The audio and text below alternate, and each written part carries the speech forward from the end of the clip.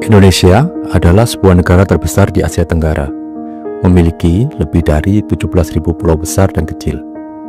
Luasnya 5,1 juta kilometer persegi. Luas daratan hanya 1,9 juta kilometer persegi. Indonesia memiliki hutan tropis seluas 120 juta hektar, terbesar ketiga di dunia.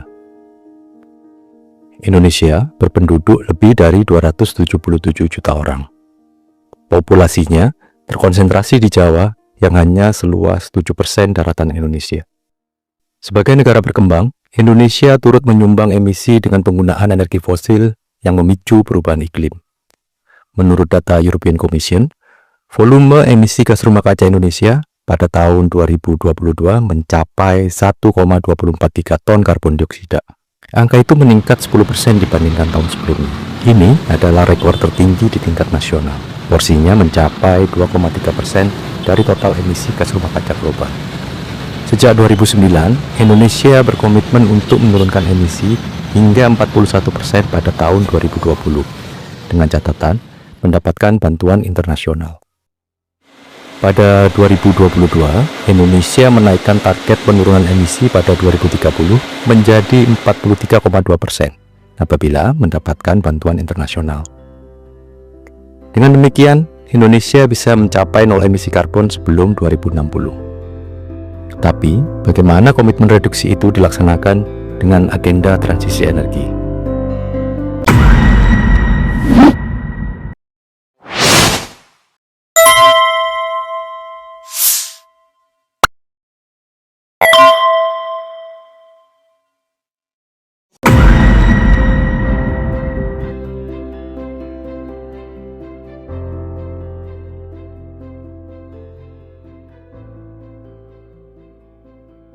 Saya Bambang Catur Nusantara, aktivis lingkungan dan Bertavelo 2024. Anda akan menyaksikan catatan-catatan terkait disinformasi industri energi dari berbagai wilayah yang saya kunjungi.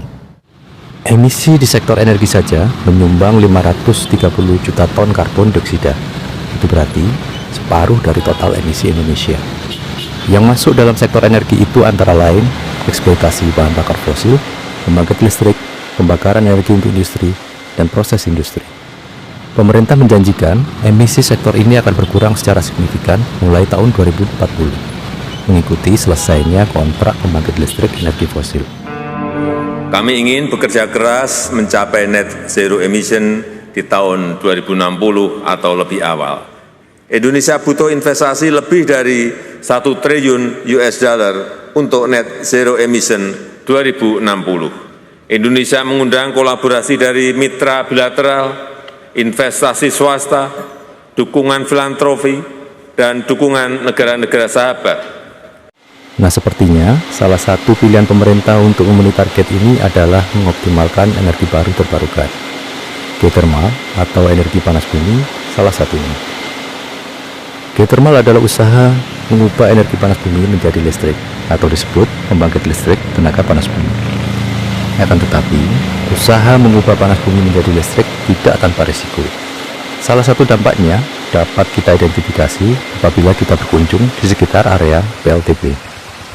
Di Karangtengah, kawasan Dieng, saya mendapat laporan warga tentang munculnya beberapa kasus kanker. Ini tidak pernah terjadi sebelumnya.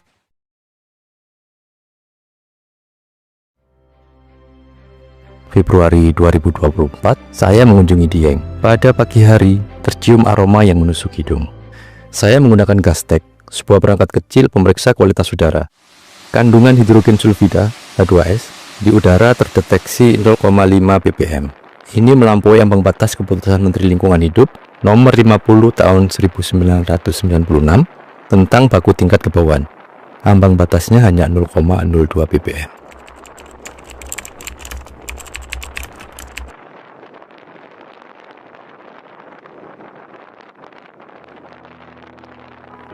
Sementara itu, Gastec juga mendeteksi polycyclic aromatic hydrocarbon (PAH) mencapai 2 ppm. Meski belum diatur secara khusus ambang batasnya, Peraturan Menteri Lingkungan Hidup Nomor 14 Tahun 2020 menyatakan bahwa PAH masuk dalam kategori pencemar udara. Ambang batasnya dalam satuan lebih kecil, ppb. Misalnya Green Sin atau benzoantrasin yang dibatasi 0,5 ppb.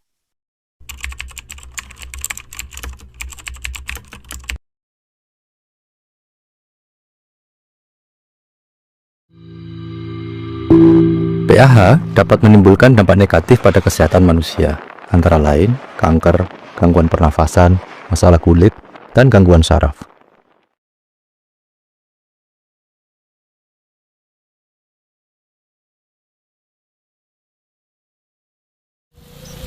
Selain risiko kesehatan manusia, saya juga menerima informasi lain dari warga Pocoleo di Flores. Tingkat produktivitas di kawasan sekitar PLTP Ulumbu menurun signifikan. Kopi, kemiri, dan cengkeh tak lagi bisa dipanen. Bersama warga Gendang Lungar, Pocoleo, saya bersama-sama memeriksa kondisi lingkungan dengan cara pemantauan yang mudah. Untuk memeriksa kualitas air, kami berlatih menggunakan peralatan pengukur seperti pH meter, TDS meter, refraktometer, dan DO meter. Warga juga berlatih untuk memeriksa kualitas air dengan parameter ratusan makhluk makroinvertebrata, dikenal dengan biomonitoring. Selain itu, warga juga berlatih bagaimana menyiapkan sampel air untuk uji laboratorium. Untuk memeriksa kualitas udara, kami menggunakan alat Gastec dan EcoChecker. EcoChecker merupakan cara pemeriksaan gas dengan menggunakan lempengan logam perak untuk mengukur korupsi H2S, dan tembaga untuk klorin. Proyek geotermal di Ulumbu dikembangkan oleh perusahaan milik negara, PT Perusahaan Listrik Negara, PLN. Saat ini, mereka melakukan perluasan unit baru di 3 desa di kawasan Pocoleo. Proyek PLTP masif dilakukan di seluruh Indonesia karena pemerintah mengundang investasi asing dalam banyak pertemuan internasional. Maria Temi, salah satu perempuan warga Gendang Lungar, menceritakan kemarahan saat mencegah geotermal masuk ke wilayahnya. Ini tidak ada peluru di dalam. Isi sudah. Kami mau mati sekarang. Asalkan kami, menurut kami tidak salah. Karena kami tidak mau pindah dari Pocolok sini. Kami mau bawa kemana saja. Dan Pocolok ini tidak dijual kepada siapa-siapa. Apalagi pada orang asing yang kami tidak pernah kenal. Itu kami bilang begitu di sana. Satu-satu kalau ngomong, saya pusing sekali. Kami lebih pusing, Pak. Dengan kehadiran Pak di sini, kami lebih pusing. Agar proyek itu dapat diterima oleh warga di Pocoleo, PT PLN membuat dan menyebarkan brosur yang berisi berbagai informasi terkait penjelasan dampak-dampak negatif yang dikaitkan dengan geotermal di berbagai tempat. Aktivis jaringan advokasi tambang, Jatam, menunjukkan adanya disinformasi pada brosur yang dibuat oleh PLN itu. Dampak lingkungan dan kesehatan adalah sesuatu yang nyata pada tapak-tapak PLTP, namun tetap disangka. Yang paling mencolok, untuk menyangga dampak PLTP pada pertanian, PLN menyebutkan studi yang dilakukan oleh ITB dan Unika Ruteng. Ini untuk menjelaskan ketiadaan dampak geotermal pada sektor pertanian. Penelusuran Floresa, sebuah media setempat, menyebutkan bahwa Rektor Unika tidak pernah mengetahui tentang adanya studi tersebut. Belakangan, peneliti yang dikutip PLN menolak afiliasinya dengan Unika. Ia meminta Floresa menurunkan berita itu. Brosur itu menunjukkan bagaimana PLN melakukan disinformasi dengan memanipulasi nama kampus Unika demi mendapatkan dukungan warga.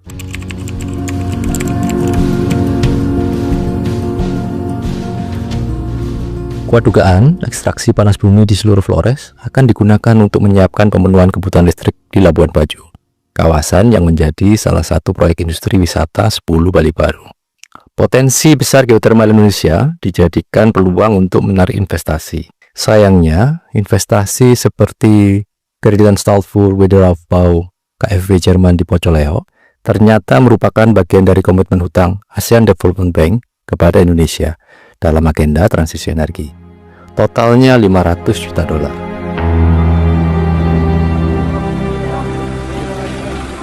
Pada Juli 2024, warga bersurat protes kepada KfW. Bank Pembangunan Jerman itu meresponnya.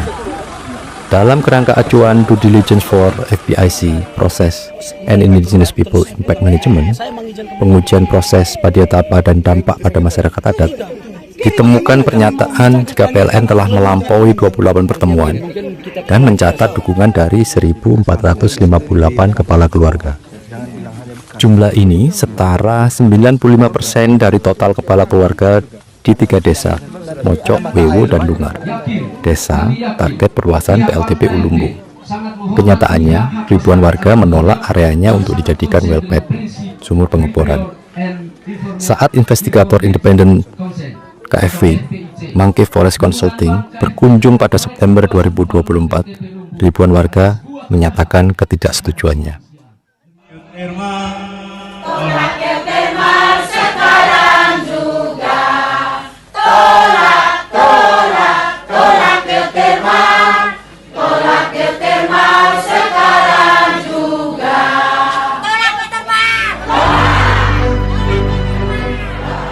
Namun, pemeriksaan KFW itu tidak mempengaruhi PLN dalam melanjutkan pembebasan lahan. Pada 2 Oktober 2024, warga melakukan perlawanan kepada perusahaan yang dikawal kepolisian dan pengamanan lain. Warga mendapatkan kekerasan. Hal yang sama dialami jurnalis Floresa. Saat meliput aksi warga itu, ia ditangkap, dimasukkan mobil, dan mengalami kekerasan. Terbaru, pada 14 November 2024, pihak MFC, investigator KFW atas proyek ini, menemukan 4 hal utama pada pengembangan proyek Ulumbu, yaitu proses FPIC yang kurang memadai, tidak adanya rencana masyarakat adat, tidak melibatkan kelompok rentan, dan penentangan yang persisten dari masyarakat.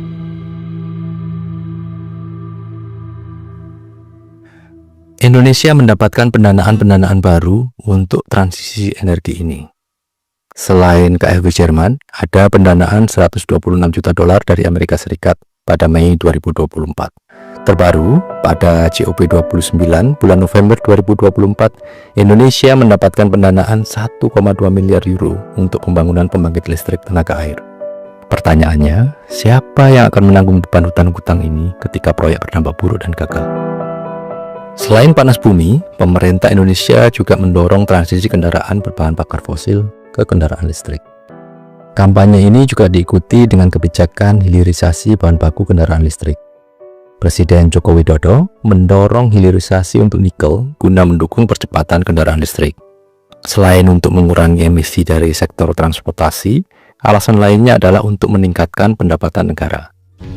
Ironinya, berdasarkan penelitian Jatam pada 2024, nikel yang diproduksi di Indonesia hanya untuk memenuhi 5% kebutuhan baterai kendaraan listrik global. Sebagian besarnya masuk ke industri pengolahan logam. Hilirisasi itu sudah betul-betul berjalan di lapangan. Ada yang di Morowali, ada yang di Konawe, yang ini akan memberikan nilai tambah yang besar sekali. Tadi saya sampaikan bahwa bisa 14 kali lipat dari kalau kita yang sudah bertahun-tahun ekspornya ini ke ore seperti ini bahan mentah bergunung-gunung. Sekarang kita kerjakan di sini dan nilai tambah itu ada di dalam.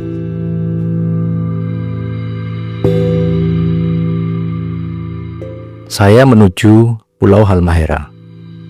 Di Kabupaten Halmahera Tengah terdapat industri nikel raksasa IWIP, Indonesia Wedaba Industrial Park, yang dibangun konsorsium perusahaan Tsingshan, Huayu Cobalt, dan Zenzi. Inilah pemandangan sepanjang melintasi Lalilev. Lalilev, desa letak industri IWIP, rusak dan tercemar sejak awal pembukaan lahan.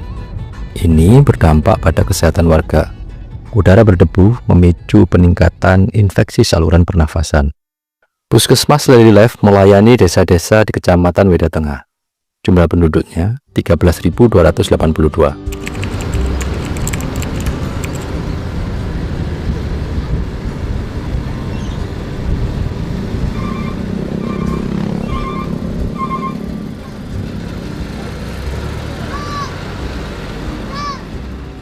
Pada 2023, kasus ISPA yang dicatat sejumlah 10.579, jauh meningkat dibandingkan tahun 2020 yang hanya 434 kasus.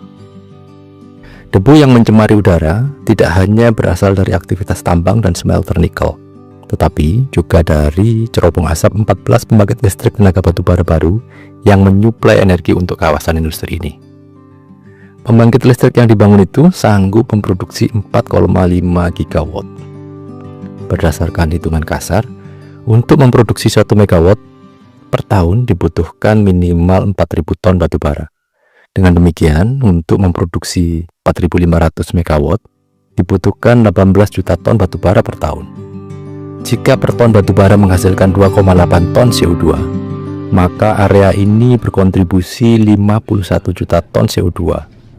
Ini hampir 10% dari total emisi sektor energi Indonesia. Ini belum menghitung transportasinya. Jika kapasitas satu kapal pengangkut batu bara mencapai 10.000 ton, dibutuhkan 1.800 kapal per tahun. Ini berarti ada 4 hingga 5 kapal batu bara per hari. Jika satu kapal menghasilkan 1.000 ton CO2, transportasi ini setidaknya menyumbang 1,8 juta ton CO2 per tahun. Sagea adalah salah satu desa yang disasar untuk perluasan tambang pendukung nikel di Iwip. Kawasan ini merupakan wilayah kars yang seharusnya dilindungi untuk konservasi.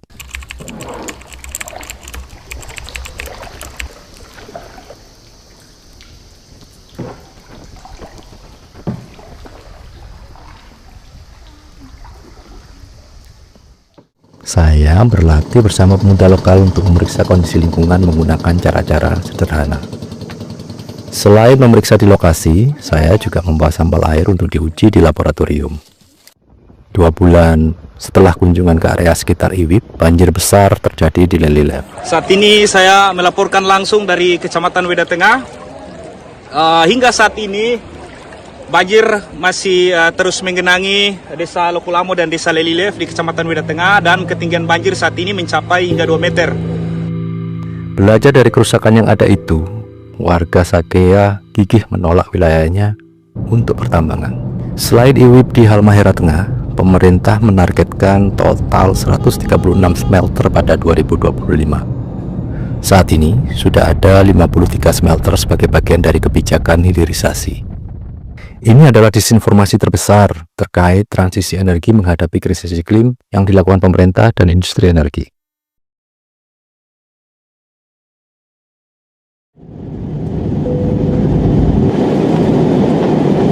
Bapak dan Ibu yang terhormat, beberapa saat lagi kita akan mendarat di Bandara Udara Internasional Adi Pangeran Temanggung Pranoto di Kamasia.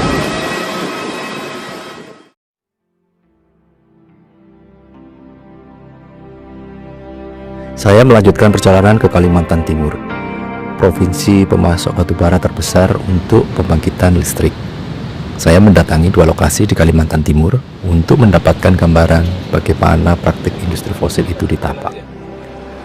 Pada era Presiden Joko Widodo, terjadi peningkatan produksi batubara, melonjak drastis dari 258 juta ton pada 2014 menjadi 775 juta ton pada 2023.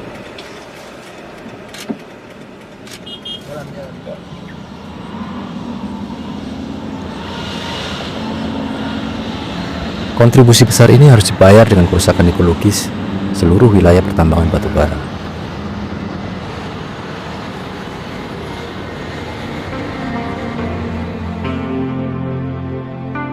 Lebih miris, di Sumbersari, Kutai Kartanegara, terjadi disinformasi sejak awal penetapan lahan pertambangan. Warga setempat tidak mendapatkan informasi tentang izin pertambangan di wilayahnya. Padahal Sumbersari merupakan pemasok pangan penting di Kabupaten Kutai Kartanegara. Kalau harga seperti bayam ini berikat berapa? Kalau sekarang ini 5.000 Mas. Berikat 5.000 ya? Itu termasuk sedang. Paling tinggi sampai berapa? 4 hari yang lalu masih 10.000. Ini 10.000. Gitu? Ya, Segitu 10.000. kemarin ya sempat kemarin berapa, kan ini panen nggak banyak juga. Ya. Sempat ada yang dibayar 10.000. Paling tinggi 10.000 itu untuk bayam atau lebih Ini tinggi? segini 15.000 kalau pas mahal, betul lah. Oh, 15.000.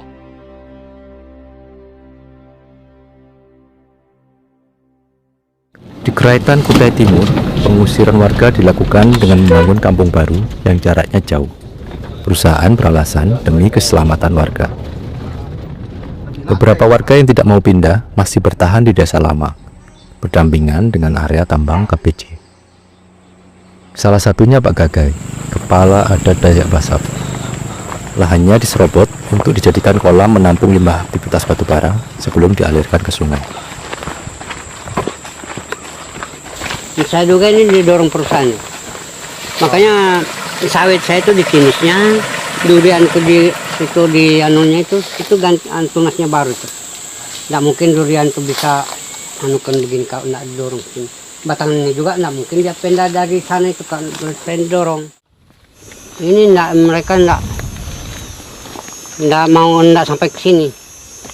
Tapi setelah kita tinggal berapa tahun mau kembali lagi ya sudah jadi kolam tanahku ini.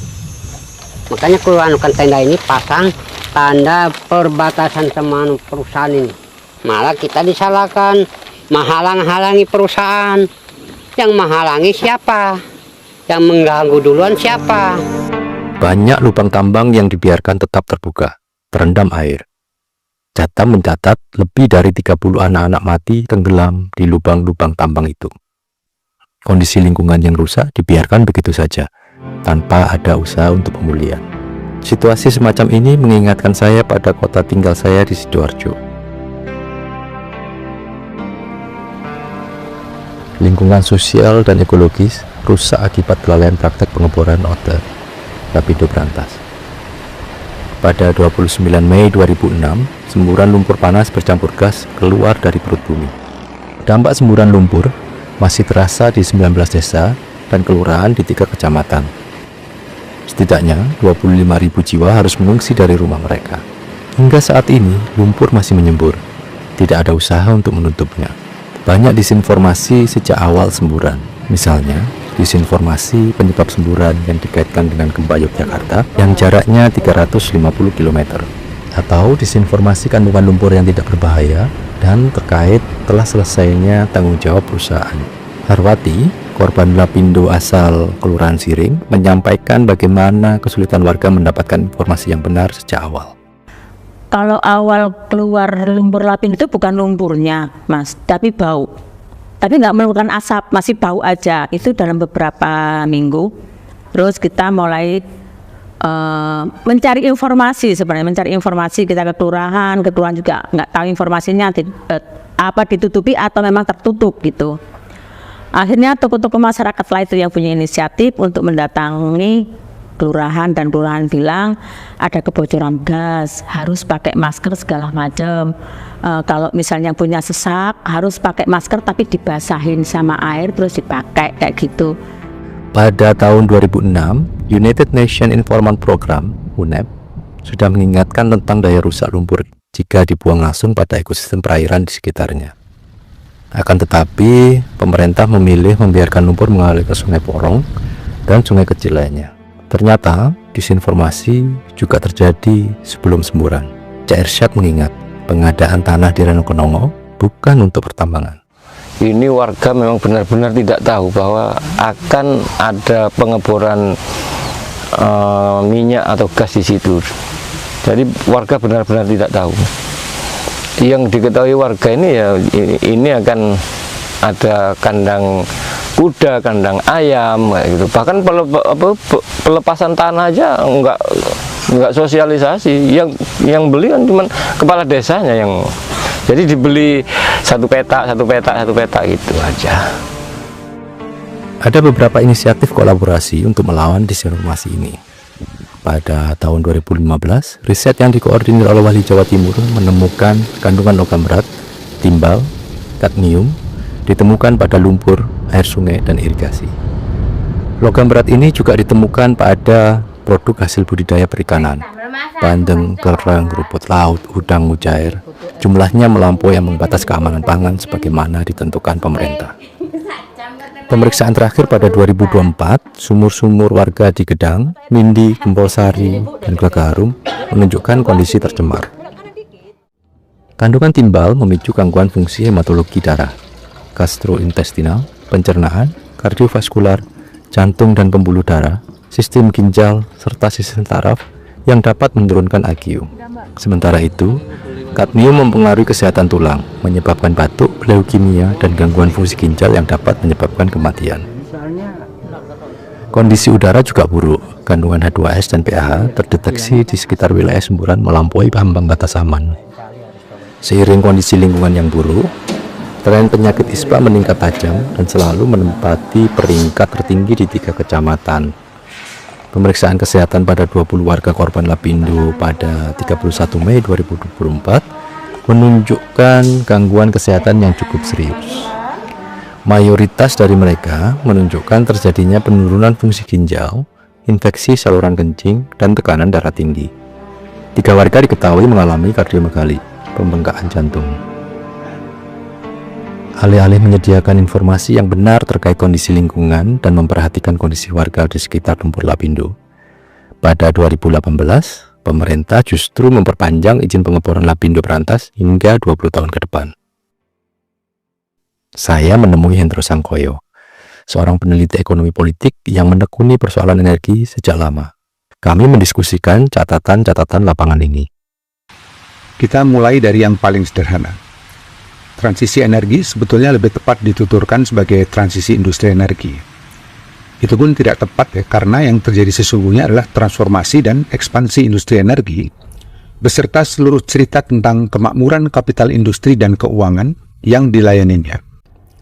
Seperti ditunjukkan dengan terang benderang oleh dokumenter ini, agenda skala agregasi ini mendorong percepatan dan pembesaran ekstraktivisme, sebuah hiperekstraktivisme. Koridorisasi dan kolonisasi wilayah bumi, baik sebagai agunan stok karbon dari industri, maupun paket-paket dekarbonisasi ekonomi, keberlanjutan akses ke mineral kritis, pelibat gandaan ladang-ladang bahan bakar nabati, pembangkit listrik tenaga air, panas bumi, atau fisi nuklir, mereduksi duduk perkara krisis iklim menjadi sekedar sebuah soal besaran molekul karbon di udara. Ini sama sekali bukan berita gembira tentang krisis perubahan iklim, karena dia mendorong eskalasi denyut perusakan kemanusiaan dan biosfera sebagai ruang hidup bersama. Agenda transisi energi menghadapi krisis iklim menjadi kampanye bagi pemerintah Indonesia untuk mendapatkan pendanaan baru proyek-proyek energi. Indonesia akan dapat berkontribusi lebih cepat bagi net zero emission dunia. Pertanyaannya, seberapa besar kontribusi negara maju untuk kami? Saya juga bertemu Antono Penanto, peneliti kebencanaan dan dosen sosiologi Universitas Brawijaya, mendiskusikan apa yang bisa dilakukan oleh warga menghadapi disinformasi. Nah, menurut saya memang perlu ada semacam amplifikasi ya, terhadap pengetahuan mereka, sehingga itu bisa disebarluaskan kepada kelompok-kelompok warga yang lain, yang kemudian itu menegaskan posisi mereka bahwa kami berhak untuk memproduksi pengetahuan. Kampanye transisi energi menghadapi krisis iklim sepertinya tidak ditujukan untuk pengurangan emisi, perbaikan lingkungan, atau perlindungan penyejahteraan warga negara.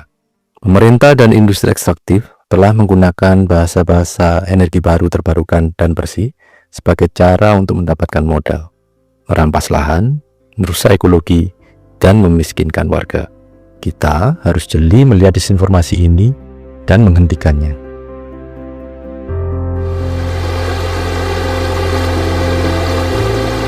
Kita akan melewati kawasan industri PT IWIP. Anda itu meningkat 10% dibanding tahun sebelumnya.